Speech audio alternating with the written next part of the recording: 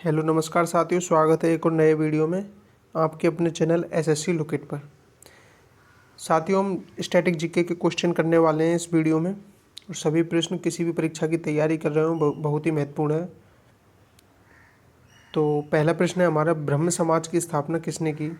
तो इसका उत्तर होगा राजा राम मोहन राय ने ब्रह्म समाज की स्थापना की थी। ब्रह्म समाज की स्थापना किसने की? राजा राम मोहन राय ने। दूसरा प्रश्न है, कानपुर विद्रोह का दमन किस अंग्रेज अधिकारी द्वारा किया गया? तो इसका उत्तर होगा कॉलिन कैंपबेल के द्वारा कानपुर विद्रोह का दमन किया गया। कॉलिन कैंपबेल के द्वारा कानपुर विद्रोह का दमन किया गया था। अगला प्रश्न है, प्रयाग प्रशस्ति किसके सैन्य अभियान के बारे में जानकारी देती है? प्रयाग प्रशस्ति किसके सैन्य अभियान के बारे में जानकारी देती है? तो इसका उत्तर होगा समुद्रगुप्त, यानी भारत का नेपोलियन। समुद्रगुप्त को क्या कहा जाता है? भारत का नेपोलियन कहा जाता है, जिसके सैन्य अभियान के बारे में प्रयाग प्रशस्ति जानकारी देती है। अगला प्रश्न है, प्रयाग प्रशस्ति के रचयिता कौन है? तो इसका उत्तर होगा हरिसेन। प्रयाग प्रशस्ति के रचयिता हरिसेन हैं। अगला प्रश्न, त्रिरत्न सिद्धांत सम्यक दर्शन, सम्यक ज्ञान और सम्यक चरित्र किस धर्म से संबंधित है? तो इसका उत्तर होगा जैन धर्म से संबंधित है। यह है सम्यक दर्शन, सम्यक ज्ञान और सम्यक चरित्र। अगला प्रश्न, गुलाम वंश का प्रथम शासक कौन था? तो इसका उत्तर होगा कुतुबुद्दीन ऐबक गुलाम वंश का प्रथम शासक था, जो कि मोहम्मद गौरी का गुलाम था। किसके गुलाम थे? कुतुबुद्दीन ऐबक मोहम्मद गौरी के, और यह गुलाम वंश का प्रथम शासक था। अगला प्रश्न है, कन्नौज धर्म सभा की अध्यक्षता किसने की? तो इसका उत्तर होगा ह्वेन सांग ने कन्नौज धर्म सभा की अध्यक्षता की थी। किसने? ह्वेन सांग ने कन्नौज धर्म सभा की अध्यक्षता की थी। यह सभा सन 643 ईस्वी में हर्षवर्धन के काल में हुई थी। कन्नौज धर्म सभा 643 ईस्वी में हर्षवर्धन के काल में हुई थी। 20 दिन तक सम्मेलन चला यह, और 21वें दिन विशाल जुलूस निकाला गया। 20 दिन तक कन्नौज धर्म सभा के अंतर्गत 20 दिन तक सम्मेलन चला और 21वें दिन विशाल जुलूस निकाला गया। अगला प्रश्न, चोट लग जाने पर रुधिर का थक्का जमाने में सहायक प्रोटीन है? तो इसका उत्तर होगा फाइब्रिन। चोट लग जाने पर रुधिर का थक्का जमाने में सहायक प्रोटीन होता है फाइब्रिन। अगला प्रश्न, शरीर में सबसे अधिक मात्रा में पाई जाने वाली प्रोटीन कौन सी है? तो इसका उत्तर होगा कोलेजन प्रोटीन, जो कि शरीर में सर्वाधिक मात्रा में पाई जाने वाली प्रोटीन है। अगला प्रश्न, चुनावी स्याही के लिए किसे प्रयुक्त किया जाता है? तो इसका उत्तर होगा सिल्वर नाइट्रेट, जिसे अमिट स्याही भी कहते हैं। चुनावी स्याही के रूप में किसे प्रयुक्त किया जाता है? सिल्वर नाइट्रेट को। अगला प्रश्न है, संयुक्त राज्य अमेरिका के प्रेरी प्रदेशों को क्या कहा जाता है? तो इसका उत्तर होगा मक्का की पेटी कहा जाता है उनको। संयुक्त राज्य अमेरिका के प्रेरी प्रदेशों को मक्का की पेटी कहा जाता है। अगला प्रश्न, ध्रुवों की ओर क्षोभ मंडल की ऊंचाई में क्या परिवर्तन होता है? तो ध्रुवों की ओर क्षोभ मंडल की ऊंचाई घटती है। इसका उत्तर होगा ध्रुवों की ओर क्षोभ मंडल की ऊंचाई घटती है। अगला प्रश्न है, भारत में सर्वाधिक चावल उत्पादन किस राज्य में होता है? तो इसका उत्तर होगा भारत में सर्वाधिक चावल का उत्पादन पश्चिमी बंगाल राज्य में होता है। प्रति हेक्टेयर सर्वाधिक उत्पादन में पंजाब राज्य अग्रणी है।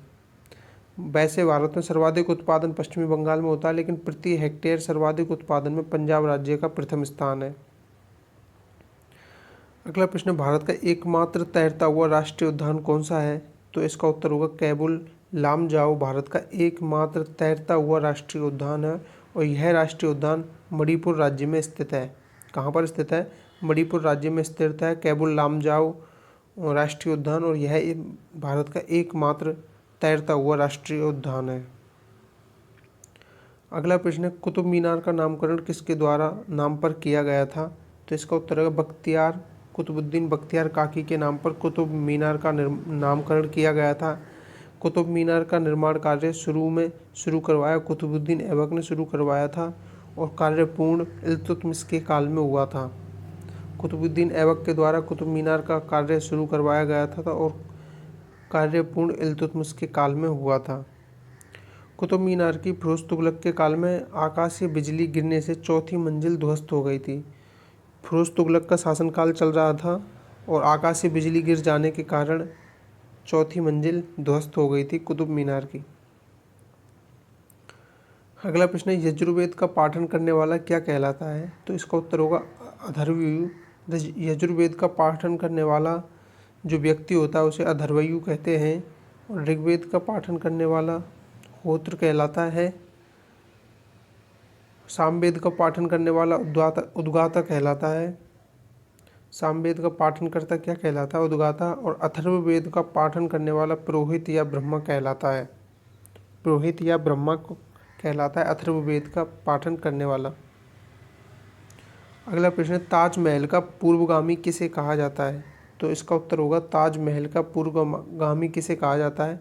इसका उत्तर है बीबी के मकबरा को, जो कि औरंगाबाद में स्थित है, ताजमहल का पूर्वगामी कहा जाता है। बीबी के मकबरा जो कि औरंगाबाद में स्थित है उसे ताजमहल का पूर्वगामी कहा जाता है।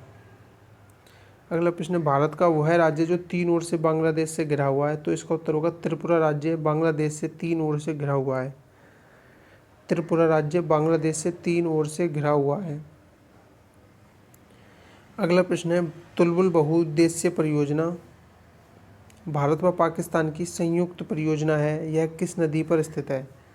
भारत व पाकिस्तान की संयुक्त परियोजना तुलबुल परियोजना किस नदी पर स्थित है? तो इसका उत्तर होगा झेलम नदी पर स्थित है। यह परियोजना झेलम नदी पर स्थित है।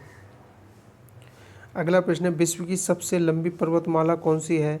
तो इसका उत्तर होगा एंडीज पर्वतमाला विश्व की सबसे लंबी पर्वतमाला है। यह दक्षिण अमेरिका में स्थित है। एंडीज पर्वतमाला। विश्व की सबसे ऊंची पर्वतमाला हिमालय पर्वतमाला है, जिसकी सबसे ऊंची चोटी 8,848 मीटर है, माउंट एवरेस्ट, जो कि हिमालय पर्वतमाला के अंतर्गत आती है। अगला प्रश्न, अफवाह क्षेत्र की दृष्टि से विश्व की सबसे बड़ी नदी कौन सी है? तो इसका उत्तर होगा अमेजन नदी अफवाह क्षेत्र की दृष्टि से विश्व की सबसे बड़ी नदी है। अगला प्रश्न, संविधान सभा के समक्ष उद्देश्य प्रस्ताव पढ़कर किसने सुनाया? संविधान सभा के समक्ष उद्देश्य प्रस्ताव पढ़कर किसने सुनाया? तो इसका उत्तर होगा जवाहरलाल नेहरू ने संविधान सभा के समक्ष उद्देश्य प्रस्ताव पढ़कर सुनाया। यह उद्देश्य प्रस्ताव 13 दिसंबर 1946 को पढ़कर सुनाया गया था और उस टाइम पे जवाहरलाल नेहरू केंद्रीय संघ समिति के अध्यक्ष थे। कौन थे?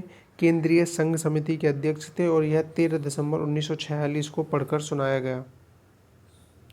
अगला प्रश्न है, स्थानीय स्वशासन का जनक किस वायसराय को कहा जाता है? तो इसका उत्तर होगा लॉर्ड रिपन को स्थानीय स्वशासन का जनक कहा जाता है। लॉर्ड रिपन को स्थानीय स्वशासन का जनक कहा जाता है। सबसे लोकप्रिय वायसराय थे। लॉर्ड रिपन को सबसे लोकप्रिय वायसराय के रूप में जाना जाता है। अगला प्रश्न है, एकमात्र वायसराय या गवर्नर जनरल जिसका मकबरा भारत में स्थित है? तो इसका उत्तर होगा लॉर्ड कॉर्नवालिस का मकबरा भारत में स्थित है। यह एकमात्र वायसराय या गवर्नर जनरल थे जिनका मकबरा भारत देश में स्थित है। इनकी मृत्यु 5 अक्टूबर 1805 को उत्तर प्रदेश के गाजीपुर में हुई। वहीं पर इनका मकबरा स्थित है। उत्तर प्रदेश के गाजीपुर में स्थित है इनका मकबरा। लॉर्ड कॉर्नवालिस की मृत्यु 5 अक्टूबर 1805 को उत्तर प्रदेश के गाजीपुर में हुई थी। अगला प्रश्न, भारत में प्रिंटिंग प्रेस की शुरुआत किसने की थी? तो इसका उत्तर होगा पुर्तगालियों के द्वारा भारत में प्रिंटिंग प्रेस की शुरुआत की गई थी। पुर्तगालियों के द्वारा भारत में प्रिंटिंग प्रेस की शुरुआत किसके द्वारा की गई थी? पुर्तगालियों के द्वारा। अगला प्रश्न, मूल संविधान में मूल कर्तव्य कितने थे? तो इसका उत्तर होगा एक भी नहीं।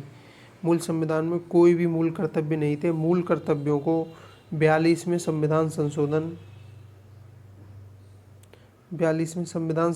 1976 के द्वारा जोड़ा गया। इनको किस में जोड़ा गया? भाग 4 का में अनुच्छेद 52 का के अंतर्गत इनको जोड़ा गया है मूल कर्तव्यों को। वर्तमान में 11 मूल कर्तव्य हैं भारतीय संविधान में। अगला प्रश्न है, योजना आयोग का गठन किस समिति की सिफारिशों के आधार पर किया गया था? तो इसका उत्तर होगा योजना आयोग का गठन केसी नियोगी समिति की सिफारिश के आधार पर किया गया था। योजना आयोग की स्थापना 1950 में हुई थी। इसके प्रथम अध्यक्ष जवाहरलाल नेहरू थे और उपाध्यक्ष गुलजारी लाल नंदा थे। 13 अगस्त 2014 को योजना आयोग को भंग कर दिया गया और 1 जनवरी 2015 को इसके स्थान पर नीति आयोग की स्थापना की गई। प्रश्न पूछा जाता है योजना आयोग को कब भंग किया गया, तो इसका उत्तर होगा 13 अगस्त 2014 को योजना आयोग को भंग किया गया और 1 जनवरी 2015 को उसके स्थान पर नीति आयोग की स्थापना की गई। अगला प्रश्न है केंद्रीय सतर्कता आयोग का गठन किस समिति की सिफारिश पर किया गया, तो इसका उत्तर होगा के संथानम समिति की सिफारिश पर केंद्रीय सतर्कता आयोग का गठन किया गया।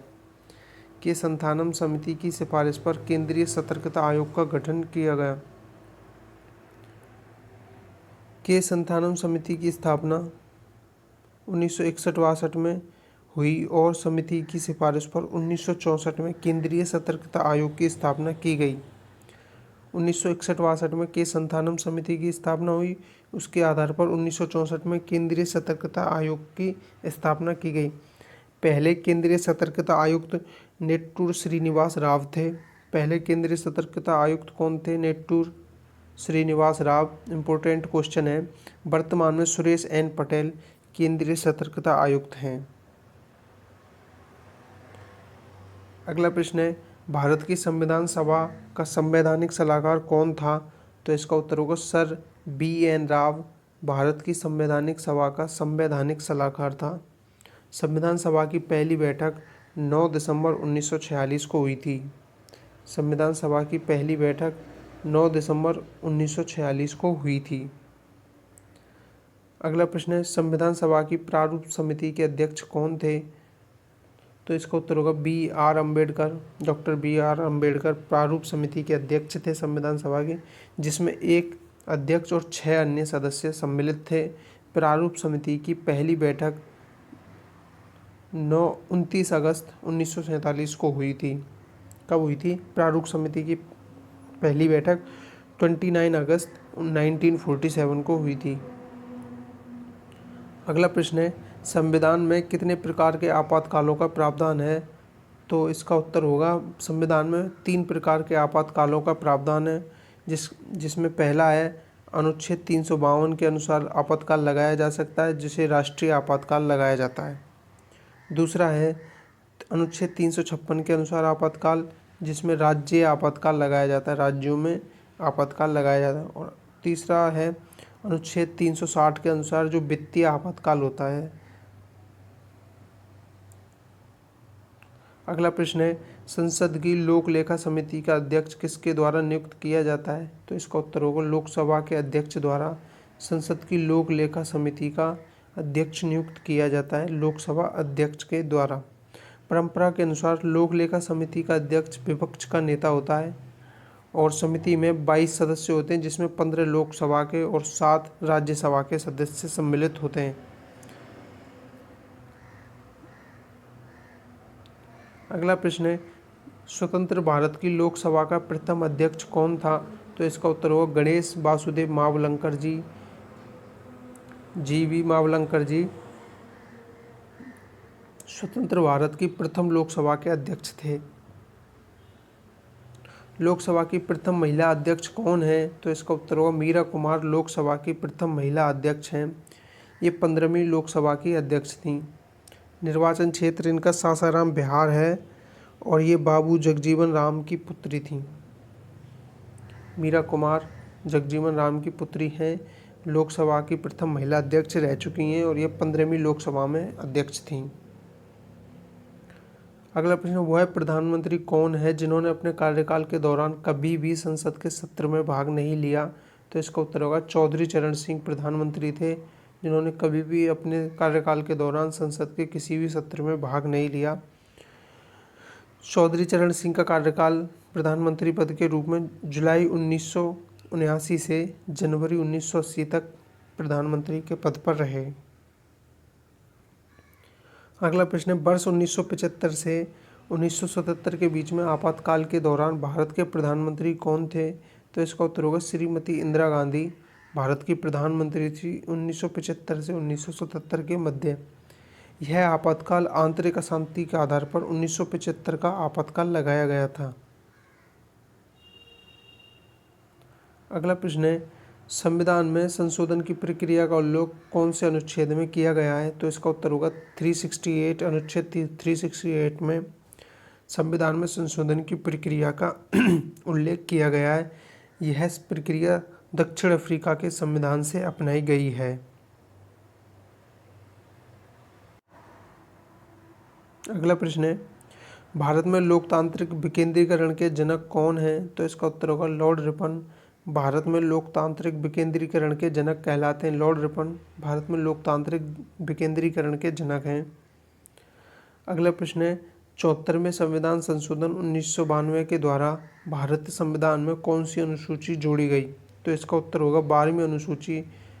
74वें संविधान संशोधन 1992 के द्वारा जोड़ी गई। यह अनुसूची शहरी स्थानीय स्वशासन से संबंधित है। अगला प्रश्न, भारतीय संविधान की सभा की पहली अनौपचारिक मांग किसने की? तो इसका उत्तर होगा बाल गंगाधर तिलक ने संविधान सभा की पहली अनौपचारिक मांग की थी। 1895 में बाल गंगाधर तिलक जी ने अपने समाचार पत्रों के माध्यम से संविधान सभा की अनौपचारिक मांग की थी। अगला प्रश्न है, प्रस्तावना को भारतीय संविधान का अंग कब से माना जाने लगा? तो इसका उत्तर होगा केशवानंद भारतीवाद से, जो कि 1973 में हुआ था। प्रस्तावना को भारतीय संविधान का अंग माना जाने लगा। अगला प्रश्न है, संविधान को एक पवित्र दस्तावेज किसने कहा है? तो इसका उत्तर होगा डॉक्टर भीमराव अंबेडकर जी ने संविधान को एक पवित्र दस्तावेज कहा है। अगला प्रश्न है, राज्य पुनर्गठन आयोग के अध्यक्ष थे? तो इसका उत्तर होगा फजल अली। राज्य पुनर्गठन आयोग के अध्यक्ष थे। राज्य पुनर्गठन आयोग की स्थापना 1953 में की गई थी एवं इसके अन्य सदस्य एक तो हृदयनाथ कुंजरू थे और दूसरे के.एम. पंडीकर थे। राज्य पुनर्गठन आयोग के अध्यक्ष फजल अली अध्यक्ष थे और दो अन्य सदस्य हृदयनाथ कुंजरू और के.एम. पंडीकर थे। राज्य पुनर्गठन आयोग की स्थापना 1953 में की गई थी। अगला प्रश्न है, मूल अधिकारों को परिवर्तित करने के लिए रिट जारी कर सकते हैं? तो इसका उत्तर होगा उच्चतम न्यायालय और उच्च न्यायालय मूल अधिकारों को परिवर्तित करने के लिए रिट जारी कर सकते हैं। अगला प्रश्न है, भारत में नागरिकों के मौलिक अधिकारों में कौन संशोधन कर सकता है? तो इसका उत्तर होगा संसद भारत के मौलिक अधिकारों में संशोधन कर सकती है। अगला प्रश्न है, घेंगा नामक रोग किसकी कमी के कारण होता है? तो इसका उत्तर होगा आयोडीन की कमी के कारण घेंगा नामक रोग होता है। अगला है, जजिया कर सर्वप्रथम किसने लगाया? तो इसका उत्तर होगा मोहम्मद बिन कासिम ने जजिया कर सर्वप्रथम लगाया। जजिया कर मुस्लिम राजा द्वारा गैर मुस्लिमों से लिया जाने वाला कर था। कैसा कर था जजिया कर? मुस्लिम राजा द्वारा गैर मुस्लिमों से लिया जाने वाला कर था। भारत पर आक्रमण करने वाला पहला मुस्लिम मोहम्मद बिन कासिम थे। मोहम्मद बिन कासिम पहला मुस्लिम था जिसने भारत पर आक्रमण किया था। भारत पर आक्रमण करने वाला पहला तुर्क शासक कौन था? तो इसका उत्तर होगा सुबुक्तगीन पहला तुर्की शासक था जिसने भारत पर आक्रमण किया था।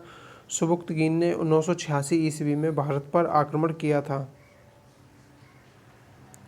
अगला प्रश्न है, भारत में मुस्लिम तुर्क साम्राज्य का संस्थापक किसे माना जाता है? तो इसका उत्तर होगा मोहम्मद गौरी को भारत में मुस्लिम तुर्क साम्राज्य का संस्थापक माना जाता है। मोहम्मद गौरी को भारत में मुस्लिम तुर्क साम्राज्य का संस्थापक माना जाता है।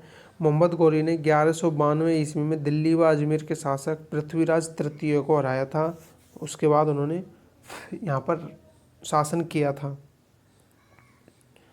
अगला प्रश्न है, 2.5 दिन के झोंपड़े का निर्माण किसके द्वारा करवाया गया था? तो इसका उत्तर होगा कुतुबुद्दीन ऐबक के द्वारा 2.5 दिन के झोंपड़े का निर्माण किया गया था। यह अजमेर में स्थित है। 2.5 दिन के झोंपड़े का निर्माण किसके द्वारा करवाया गया? कुतुबुद्दीन ऐबक के द्वारा। यह एक संस्कृत पाठशाला थी जो विग्रहराज चतुर्थ के द्वारा बनवाई गई थी। उसको तोड़कर 2.5 दिन का झोंपड़ा बनाया गया। इस परिसर में पंजाब शाह वली की मज़ार है जहाँ 2.5 दिन का उर्स बढ़ता है। पंजाब शाह वली की मज़ार है 2.5 दिन के झोंपड़े के अंतर्गत जहाँ पर ढाई दिन का उर्स भरता है, इसलिए इसे अढ़ाई दिन का झोपड़ा कहा जाता है।